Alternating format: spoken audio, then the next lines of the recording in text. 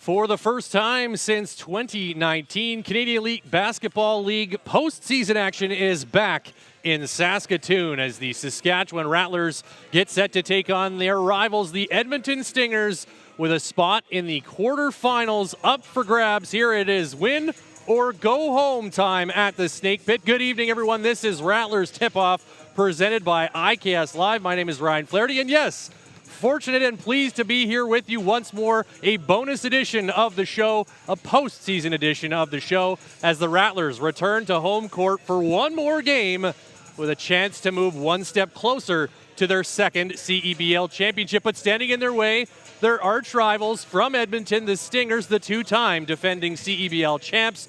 They split a couple games during the regular season, and they are pretty evenly matched heading into this one as well. The Rattlers earning home court advantage by virtue of having just a little bit better record, one more win than the Stingers this season.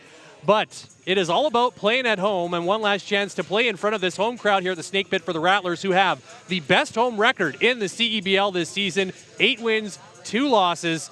They did defeat Edmonton on this court as well as part of those 8 victories. Now looking for number 9, which would move them within 3 victories of the championship. And here is what the Rattlers had to say this week about getting one more chance to play at home. I thought Edmonton was going to win. To be honest, they was up, 11 and 12 late, and it was like a complete shift of momentum, and they didn't get it back. So, everything happens for a reason. I feel like we had a great home record this year, so it was great to get a home playoff game and get the fans one more chance to come out and cheer for us. Very exciting. Like you said, I missed the playoff 2019 and won a championship, so I'm looking forward to the game. The last home game, the energy was phenomenal. Electricity from when we walked in, great crowd. We were able to feed off that energy and get a big win in our last home game. I'll say it again, the fans here are great. It doesn't seem like there's a lot, but it feels like the whole arena is filled up. So it's great to be out here. We do have a great record here, and so it also helps, that home court advantage, they say. But, it's like Edmonton's not a team you can take lightly. They're a smart team. We just got to execute and play the way we've been playing all season. It meant a lot. Not only getting the home playoff game, but getting 2 wins on the road. Like, winning on the road hasn't been our strong suit this season, so to win 2 on the road, build that confidence up going to the playoffs is great. So we get 1 game at home. If we win, take care of business here, we got to travel on the road, right? So winning 2 on the road allows you to build that confidence that we can win on the road. And a couple of things you heard there, starting off with Tony Carr, he mentioned he thought Edmonton was going to lose. That's in reference to the Stingers' final regular season game, which we'll talk about in just a second here, as that was the swinger, if you will, that determined whether the Rattlers would be at home or on the road to start the postseason. And then Bruce Massey, talking about those road wins. Of course, the Rattlers finishing off the regular season with their last 3 on the road. They won 2 of those games to put themselves in position to host this game here tonight. Meanwhile, how did they get here? How did we end up with a game here in Saskatoon? Well, let's take a look back at last weekend, the final games for both teams that determined that this game would be played here in the Bridge City. Starting off with the Rattlers, closing out the season in Montreal against the Alliance, who definitely struggled in the second half of the season. They finished in the bottom of the standings, but it didn't matter. They played pretty well at home.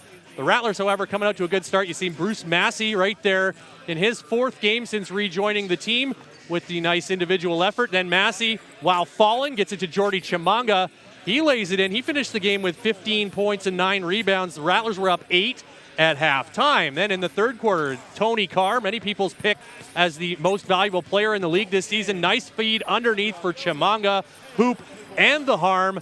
And how about a little defense? And this is one of the big reasons that Bruce Massey was brought in. Gets the steal, sends the team the other way in transition, and Ben Levy finishes it off. He had 15 points and 8 rebounds in that game as well. There's another bit of thievery from Massey. Gets trapped, but not for long. Finds an open Ben Levy, who then gets it to DeAndre Bernard. He finishes and 1, catching the foul there as well. And there was more from Bernard in the 4th quarter. Doesn't take a lot of 3-pointers, but he makes the most of them when he does, and he knocks that one down right there. And then Bruce Massey with a little distribution here. Check out the nice bounce pass underneath to a wide open Bernard as the double team went to Massey. Bernard lays it in. He was all over the score sheet, scoring all 10 of his points in the second half. And then back to Mr. Tony Carr, a trademark rainbow 3 in Elam time, with the Rattlers trying to chase down the target score of 86. The Alliance did make it a game of it, getting within 8, but Bruce Massey with the alley-oop feed to DeAndre Bernard, a spectacular way to finish off the game and the regular season as the Rattlers get their 11th victory. That was Friday night. Now, they had to wait till Saturday to see what happened with Edmonton playing Fraser Valley. If Edmonton wins this game, Edmonton would be hosting a play-in game rather than going on the road. They were in good position in the third quarter. You can see right there, Derek Woods with the basket, and then Jamal Jones blocked, but it's David Pekarik to the rescue as he knocks down the three-pointer, and the Stingers are up 9 late in the third quarter. But here come the Fraser Valley Bandits, and it was Malcolm Duvivier time, steps back behind the line, knocks down the three-pointer to kind of get the rally going, and then to start the third quarter, more from Mr. Malcolm Duvivier, another triple. That gets the Bandits within just 2 points after trailing by as many as 11 in the second half. And to keep it going off the inbounds. Yes, it's Malcolm Duvivier again. He had 4 triples all in the second half. That one putting the Bandits in front. And then to Elam time, first team to 86 will win it. Shane Gibson, lovely step back jumper. That gets Fraser Valley to within 1 point of the promised land. Now Edmonton with a big steal here. Adika Peter McNeely going the other way, but he is called for the offensive foul. That puts Brandon Gilbeck at the line to win it for Fraser Valley. And he makes no mistake on the free throw, punching the victory right there for the Bandits. And that was a tough one for the Stingers to swallow as they give it up in the second half. And they finish at 10-10. So that sets the stage for this matchup here tonight. And a great one it is, as these two teams have met previously in the playoffs. It was in the semifinals back in 2019 on this very court. The Rattlers won it by 2 points en route to their first and only championship. Of course, the Stingers have since won back-to-back titles. The only two teams to hoist the championship trophy meeting here tonight. Only one will have their championship quest continue beyond this evening. Let us take a look at the rest of the playoff picture to give you an idea of what is ahead here for these teams. It is basically a 4-layer bracket. We've got the play-ins happening tonight. A little bit later this evening, Guelph will visit Fraser Valley. The winner tonight of the 2 games will move on to face the number 2 and number 3 seeds, Scarborough and Niagara. Niagara actually is the number 2 seed. They'll play the lower seeded remaining team out of the 4 that play tonight. Scarborough will play the higher winning seed in those quarterfinals on their home courts. The winners of those games on Saturday and Sunday will advance to the Final Four championship weekend in Ottawa. They will meet in a semifinal. Hamilton and the host Ottawa Blackjacks will play in the other semifinal. And then it all gets decided August 14th in the championship game. So that's where things sit right now. We're going to take a quick break, and then I'll have a guest joining me. It's one of the members of the broadcast crew here for the Rattlers. In fact, we're going to have them both on tonight, one at a time, though. They were fighting over interview slots. We're going to take a quick break, and Simon Hyatt will join me right after this. This is Rattlers Tip-Off, presented by ICAST Live. Is it time to take your event online? Bring it to IKS Live. We've got a fully customized virtual event platform with remote guest support for your next fundraiser, talk show, conference, performance, and more. IKS Live offers live streaming to Facebook Live and YouTube and pre-recorded capabilities, both in our studio with green screen available and on location with pre-production and post-production services. Visit us at ikslive.ca.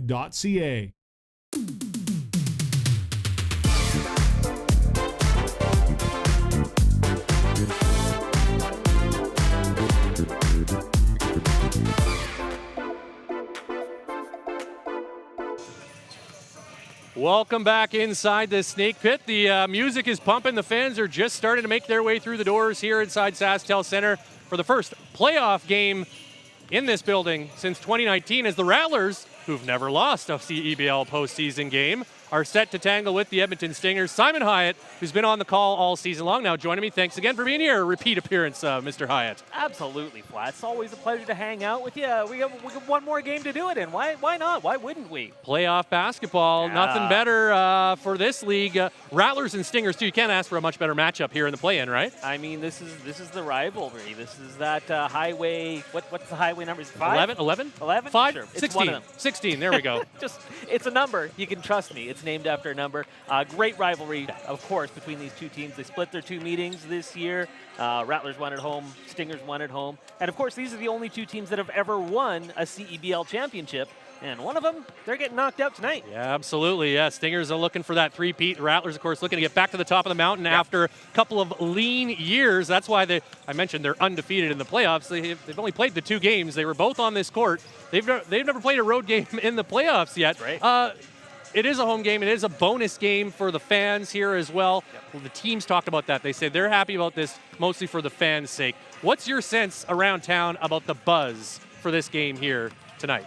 I think it's grown, not just since we found out they're getting a playoff game. It's something that's grown steadily over the course of the season. And yeah, when I run into someone who either knows I work for the Rattlers, work with the Rattlers, or finds out that I do, they're excited. It's, they got the playoff game coming up. I've had that conversation a few times in the last couple of days, and I think in that limited sample size, yeah, for sure, the buzz is growing. And like you say, it's the doors just opened minutes ago. Places, there's already fans starting to come in. They want to get these fancy towels here. Right. They want to get those posters. It's going to be fun. All right, the $64,000 question. You've seen the team all season long. You've watched them play down the stretch. 4 of the last 5 they won. Can they go all the way? Can they make it happen? Can they win title number 2 this season? It won't be easy, but it's possible. I mean, I think player for player, lineup versus lineup, this team is as talented as any. If they play their best basketball, they've got a chance to win it, and that's all you can ask. The first step of that chance is just getting, of course, a playoff game. So much better that you can get it at home where they've been so good all season. I think if they make it to Ottawa, why not? You touched on something I wanted to ask you about because the team has kind of downplayed the importance of home court, knowing that they have to do some winning on the road if they're going to hoist the trophy this year. But how important do you think it is for them to get a chance to open up the postseason here in the Snake Pit? It's huge. I mean, they can downplay it all they want, but I'm going to tell you, it's absolutely huge. But first of all, before we get into that, kudos to them for winning 2 out of 3 on the road. Very, very tough 3-game set there. The one they lost, of course, they were missing Tony Carr, so it's tough to fault them too much for that. But, I mean, this atmosphere is electric. You and I have been here for every home game. We know what it's like in here. We know the way the crowd not only supports their Rattlers, but also gets on those visiting opposing teams. It makes a huge difference. And that atmosphere, it does. It elevates this team. It's awesome that they've been able to win a few games on the road. They are much better here at home. All right. I want to get your take on one question sort of on a season-long variety. You mentioned Tony Carr. Obviously, he's the leader. He's the star. We think he'd likely be the MVP of the league. And it's not just folks in Saskatoon saying that. There's a lot of that buzz going around the league. But who do you think has been the Rattlers' unsung hero this season? Let's see. I mean, perhaps Devontae Bandu doesn't fit into the unsung category because I think people knew what he was, but he has been fantastic. And I think maybe we have a late entrant in that category in Bruce Massey. And I don't think you can overstate the impact that he has on this team. He had a great game in Montreal, the last one on the road. Just brings that veteran leadership. He's been here, he wasn't part of the actual winning the title for Saskatchewan, but he's here in that first season, and I think he's really brought something to this team. So you asked for one answer, I'm going to give you 2. Hey, that's all right. Multiple choice. I'm a multiple choice kind of guy. It made the tests a lot easier for me back in the day. All of the above. Multiple guess. That's what we call it, multiple guess. Last one for you. It's the simple one. It's the cliche, but what needs to happen for the Rattlers to win tonight? I think they need to stay composed. I think, something we've seen from Edmonton, from what I've seen and from what I've heard, sometimes they're a team that can lose their composure, especially late in games in the Elam ending. Perhaps that's a way Saskatchewan can take advantage. It's interesting. It will be interesting to see what kind of a factor Jordan Baker's going to have tonight because, of course, he's coming off the injury, back playing tonight. At least he's dressed. We'll see how much he plays. I think if they can shut him down and maybe take advantage of the fact that he's not playing at 100%, presumably, we don't know exactly. I think that'll be the key. Absolutely. He's a big piece of that team for sure. Tristan Burrell as well, late addition to the roster. It's a guy they're going to have to maybe not have a lot of tape on, but they'll have to keep him in check as well. Hey, Simon, thanks a lot for doing this. And great job all season long. Thank you, my friend. Enjoy the game tonight, and we'll see what happens. Yeah, I can't wait. Thank you so much for having me on. I'm gonna go head over there and talk some basketball. All right, that's great. Simon Hyatt, play-by-play man for your Saskatchewan Rattlers, and should be a good one here tonight. Of course, you can catch the game on CEBL Plus, CBC Gem, and CBCSports.ca. That is, of course, if you're not right here in the Snake Pit. All right, we're quickly moving on. We're going to have Tony Carr joining us in a moment or two. He's just wrapping up shoot-around right now. So let's quickly take a look at the Rattlers player to watch tonight. And Simon did just mention him. It's Devontae Bandu. And, yeah, unsung maybe isn't quite the right word for him because, he's led the CEBL, as you see there, in three-pointers made this season, knocking down 60, count them, 63s this season in 19 games. He did sit out the final game of the regular season, so that's just over 3 per game. And look at that percentage from behind the arc, 43.2%. That's almost identical to his percentage from 3 last season. But you know what? Right now, we're going to take a quick break because we're going to have Tony Carr joining us. In fact, he's hovering over my shoulder right here. So we're going to take a quick break, 30 seconds. We'll be right back with you here on Rattlers Tip-Off, presented by IKS Live. Smoky in the air, that's a lot of pine. Big time, big time, big time, big time.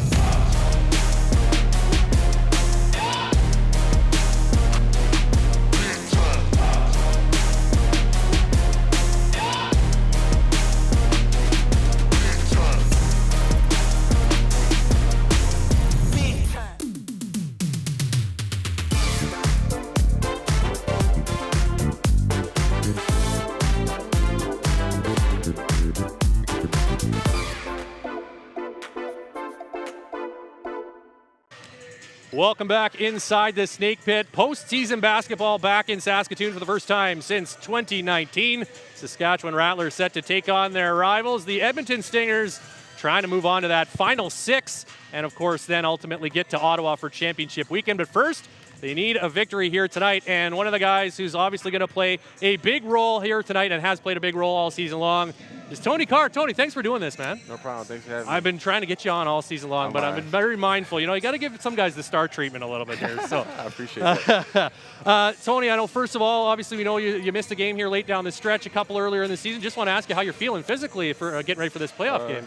I'm feeling good. Sometimes you need to take a step back, and just observe and watch things, and just keep the bigger picture in mind. I feel like that's where we are right now. It's the era of load management, right? Like we've got the load management going. We can thank Kawhi Leonard for that one. You guys have had kind of up and down year a little bit, but down the stretch, obviously winning 4 of your last 5 games. Just what do you think of the way the team has played here the last few weeks and heading into this critical stretch of the season? I feel like we've been gelling at the right time. I feel like guys have been getting the chemistry that you need in times like this and nights like this. We added a few pieces, took away a few guys, so I feel like everything is perfect right now. I don't know, you may be reading my cards, but you're right into my next question, which is, you mentioned you lost a couple of key guys through the course of the season in Sebastian Reese and then, of course, Scotty Lindsay as well. How was the team able to overcome those, departures and, win so many games late down the stretch? We got more guys who fill different roles than they did. Those are great players who was vital to our team. But we got new guys that add a different dynamic to our team. Some guys stepped up, some guys took a different role. And we just made it work, man. At the end of the day, we are winners and we know how to win, so we just want to get it done. As the leader on the court, do you kind of take it upon yourself to try to maintain, what's been working for you despite the changes in the lineup and that sort of thing? I don't really try to maintain anything on the court. I just try to do what I do. I feel like off the court is the biggest adjustment when you lose guys and you get in guys. That's what makes on the court easier. So I just try to keep that positive, free-flowing vibe off the court, and it leads to on the court. All right, so I'm watching you all season long, and I don't think I'm the only one to make this observation, but I feel like you operate at one temperature pretty much all the time. Maybe there may be a little simmer here and there depending on some of the calls or non-calls during a game. But you're one of the most even-keeled players that I've seen on the court. Have you always been like that, or did you have to kind of learn to kind of be that kind of guy on the basketball court? I've always been like that. I've been a point guard all my life, and I understood the importance of my demeanor. My grandfather always told me that, and I watched my dad a lot growing up, and he was more of a fiery, get in you type of guy. And I love that about him, but I just wanted to be different in that aspect, and I kind of lead different, but I come from a family of leaders, so that's just my way of doing it. Well, it's clearly working for you, so no need to change that. This obviously your first year in the CBL, first year with the Rattlers. Now you've had a full season almost under your belt. What are your impressions of Canada, of Saskatchewan? What's it been like for you this summer? It's been great. It's my first time in Canada, seeing different places. It's been beautiful. More importantly, meeting the people that I've met in Canada, my teammates, my coaches, just everything. It's been a beautiful experience to me, and I'm happy we could bring playoff basketball back to Saskatoon. Well, you're obviously a big part of that. So is your head coach, Dean Demopoulos, and what he's provided as the coach. Couple of Philly guys. Yeah. I just want to know what that relationship is like with you and Coach Demopoulos. It's great, man. We understand each other. We understand what it's like being from a city like where we're from, and, you know, sometimes we don't see eye to eye, but we are seeing eye to eye. And I think that makes our relationship so beautiful that we understand each other and we allow each other to be ourselves. And it's been a great formula for us this year. Nice, nice. And the last one, of course, I have for you. I mean, it's the game. The win or go home time of the season now. It's almost like going back to college and you're in the tournament and you win, you move on, you lose, you're done. What do you have to do to keep this season going here tonight? We just got to do what we've been doing all season, man. That's playing together. They're a little athletic, so we got to make sure we box out, limit second chance points, and just do what we do. We'll be fine. All right, there you heard it from the man himself, Tony Carr. A lot of people think this is going to be your most valuable player in the CEBL. I certainly am one of those. Tony, good luck tonight, and we'll hopefully see you in Ottawa. Appreciate you. All right, that is Tony Carr, point guard for your Saskatchewan Rattlers as he heads back to get ready for this big playoff game. Really appreciate him taking some time out of shoot-around to join us here tonight. This is the players' time, and I just wanted to say throughout the season, the Rattlers and a lot of the visiting players as well who have joined us on the show, they've been so accommodating. They've been willing to do this. Jump over here, join me, listen to my questions, try to answer them best they could when they are trying to focus as well on preparing for a game. So don't take that for granted. Really appreciate that, and I want to thank Tony as well for being on here. All right, we're going to jump a little bit back as well because we did want to get Tony in as quickly as possible. So we were talking about Devontae Bandu, but after that, I wanted to talk about the Rattlers and their feelings about a chance to win a championship. We just touched on it. It is now one and done time. So they got to have a strong mindset, and they can't afford a lot of mistakes. So now here's what a couple of the players had to say about their chances at winning a title this season. You know, if I could see the future, I wouldn't be a coach. I would be something else. Because a big part of why this is such a cool thing to do is that you don't know. You know, it's got to be proven that 40 minutes. And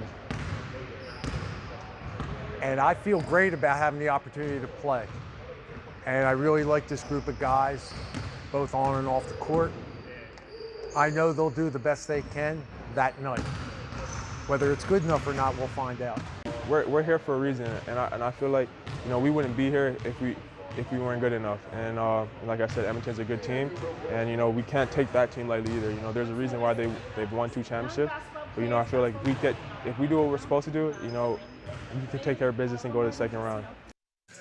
Well, there you have it. Yeah, Dean Demopoulos with a great answer to that question about the chances for the team. But, you know, I love that answer because it just speaks to his, you know, philosophy as a coach and why he enjoys coaching so much. It's the unknown, right? You get into the game and you just wait. You know, you've done your work and now the players do theirs. So the players are going to do their work for 40 minutes here tonight, and we'll see who comes out on top. We want to quickly take a look at the Stingers player to watch tonight, and he is a newcomer, at least this season. He did suit up for the Stingers during the BCLA Americas Championship games, or qualifier games, back in the winter, representing the Stingers team. It's Tristan Burrell, just joined the team here for the final 3 games of the regular season. You see those numbers, those are pretty impressive. Now, I will point out that point per game average is influenced by the fact that in his first game this season with the Stingers, Burrell dropped 37 points.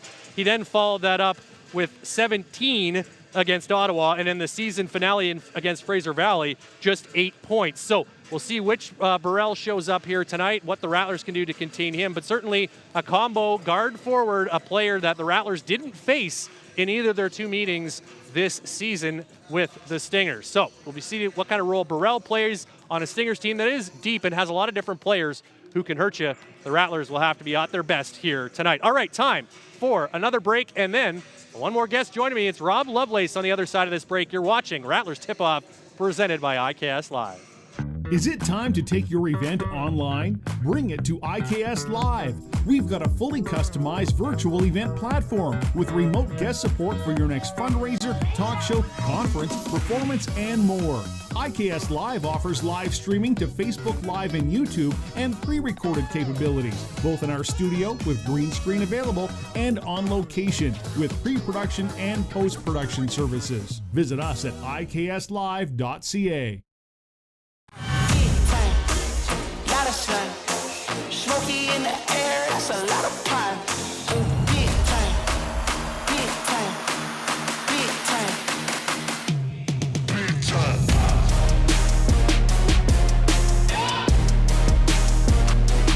Big time.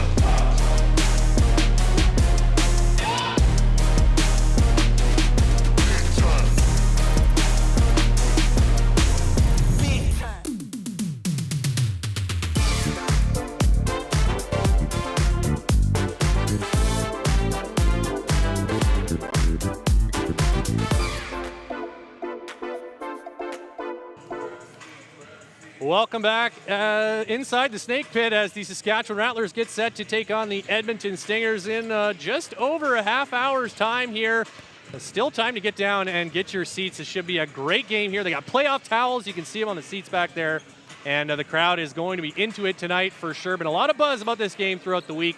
And hopefully have a big crowd on hand here tonight to cheer on the Rattlers. And this guy's had a great seat for all of their home games here tonight. There he is, modeling, I don't know, showing off the towel there. I don't know if you want to model that. It's a little skimpy for to be modeling. But Rob Lovelace, thanks for coming in here again. Thanks for having me. I guess want to start off with just asking you what stands out about the Rattlers' play down the stretch.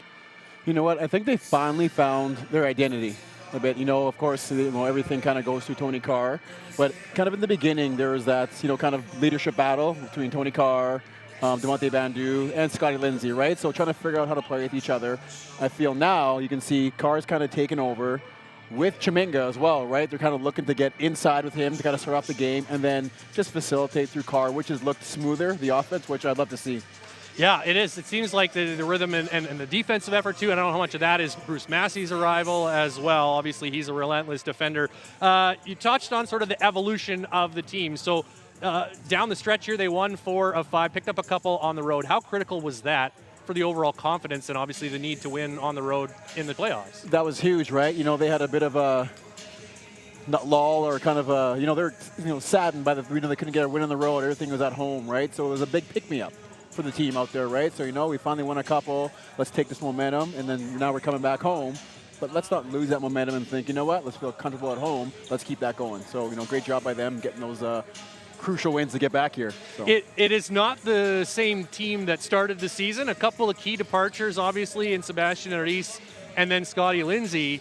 How, to your mind, how was the team able to kind of continue on and, in fact, almost play better after those departures? How are they able to keep things going despite losing a couple of key guys like that? Well, kind of like I mentioned earlier, where they were trying to figure out how to play with each other, right? You had, Scotty Lindsay in there, a great player as well. Like, how do you add him into the mix, with Devontae Bandu?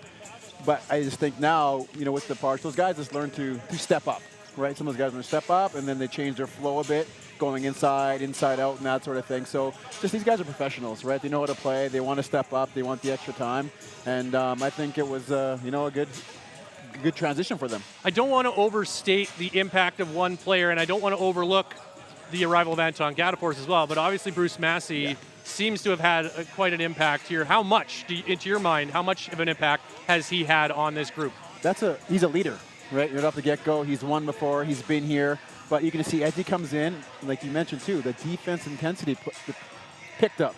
Right, with him too, you can see him on the ball, the way he gets low and he's on guys, and the guys feed off him. They just talk about it after game. Tony Carr mentioned it too. He's like, Bruce is just a leader, in the locker room, the way he carries himself, and having that kind of guy, you just follow him, right? And that's the kind of guy you need, especially now in the playoff run. And I think it helps that he doesn't have much of an ego about it either, right? It could be easy to show up and kind of be like, oh, I've been here, I'm the man. They brought me here for a reason. Yeah, and he comes off the bench, right? Yeah. And he loves it, right? A great guy to come off the bench, and he's playing at the end of key times, right? Because he's their lockdown defender guy. But also, if Tony Carr's coming off, he facilitates the offense, and he finds Bandu for great shots, right? He gets Chiminga on the roll, right? So, no, it's just a good combination they have going right now. I asked your broadcast partner, Simon Hyatt, this same question. I'm going to ask you as well. We talked about some of the main guys, but who, to your mind, is the unsung hero of this Rattlers team this season? Ooh, unsung hero. You know what? I'd say Ben Levy. You know what? He is just like your all-around guy that can do it all, right? If he knocks down a shot, like he's on the three-point line, right, kind of moving around. But then your bigs get in the foul trouble. So he has to slide in there and play great defense, but he can also step out, hit the shot, take it to the hole, plays great defense, right? So he's just been like, we don't talk about him much, but when he's on and hitting shots and is playing well in defense, they're tough to beat. Steady as she goes, yeah. And you're not the first person to mention him as sort of that glue, if you will, that consistent piece that has been there and really contributed all season long. In this playoff format, it's one and done. It's like a college tournament, right? Yep. Like it's not best of 3, best of 5, best of 7. Take me inside the player's mind here. Is there some kind of mental adjustment that you have to make once you're in this situation, and there is no room for error anymore? There isn't, but you can't put all that pressure on you and saying, it's one game and we got to get this game and that sort of thing, right? You got to come in with the mentality of just, who can stay calm in this moment, right? And just, play. We've been playing well so far. Let's just keep playing that way. Come on in. We're at home. We do well here, right? Just kind of come in that calm mentality and not get too overly hyped over this, one and done game. Yeah, well, it'll be interesting to see who handles that kind of pressure the best here tonight. And the last one, it's, again, the cliche, but what needs to happen here for a victory for Saskatchewan? How do they beat Edmonton? And two-parter, I guess, do they have enough pieces and enough to go all the way here and win 4 and win the championship? Yeah, well, starting tonight, and I kind of said it, like it's my key for them the whole time is their defense, right? So sometimes defense first thing, and the second one is turnovers. But defensively, sometimes, they're playing in good stretches. And then what I've noticed in the last few games, when they're up and in the Elam ending, right, they're kind of up and they kind of get loose, and teams start coming back on them, right? And they play like that sometimes throughout some of the quarters. So if they can tighten that up, secure some of the rebounds, and then Chiminga staying out of foul trouble, right? He gets in the foul trouble with little touch fouls. If that can all kind of take shape, I think they'll have a good opportunity to win this game and actually make a good run to the playoffs. It will be interesting to see how this game is officiated tonight because both these teams have important bigs. Edmonton likes to play that physical brand of basketball. And as you touched on, Chimanga's had trouble with the fouls this season. Maybe not all within his control, but it'll be curious to see how much the refs are willing to kind of put their whistles away for this one here tonight. But that could have an impact on the game as well. Should be a good one. It was a great game 3 years ago between these two teams. Looking forward to another one here tonight. Enjoy the game, Rob. Great job all season once again, and thanks for being here again, man. Yeah, thank you. Appreciate it. All right, that is Rob Lovelace, color guy for the Rattlers broadcast, analyst extraordinaire for the Saskatchewan Rattlers, and great to have him along for another journey here on the show. We're almost out of time, but want to quickly take you to tonight's matchup, and it is, of course, the Edmonton Stingers. And there you have the two records. That 11th victory is why the Rattlers are hosting this game here tonight. The points per game, very similar. Edmonton's defense, a little more stingy.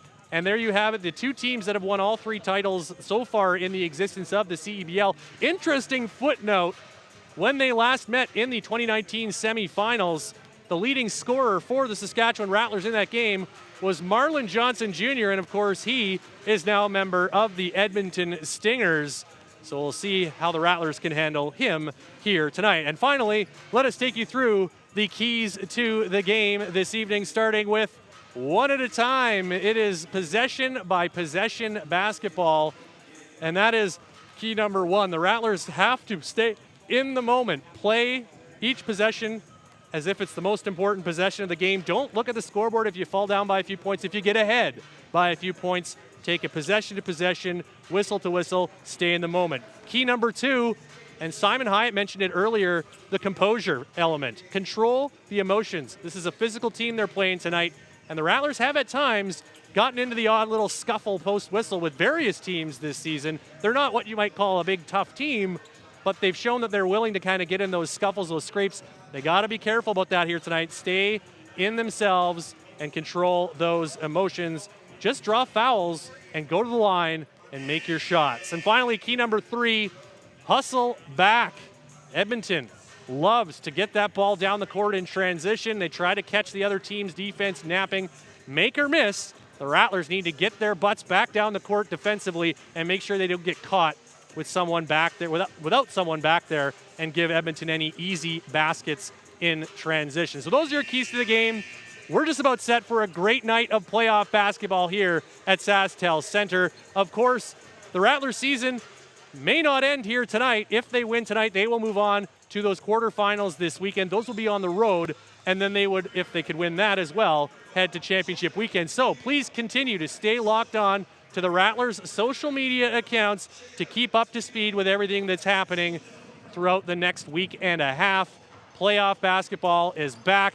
We're really excited about it.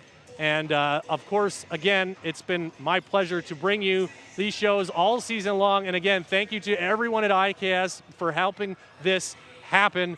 I just get the easy job. I just show up. I talk about basketball. They do literally the heavy lifting and set everything up and tear it all down. And they've been great all season long, and especially coming up for a bonus game this week. I know they've got lots going on with QCX down in Regina, so I want to thank the ICAST folks for making this happen here again tonight. And thank you for watching all season long. Strap in, get ready for some CEBL playoff basketball. Rattlers, Stingers, coming up. This is Rattlers Tip-Off, presented by ICAST Live. Have a great one.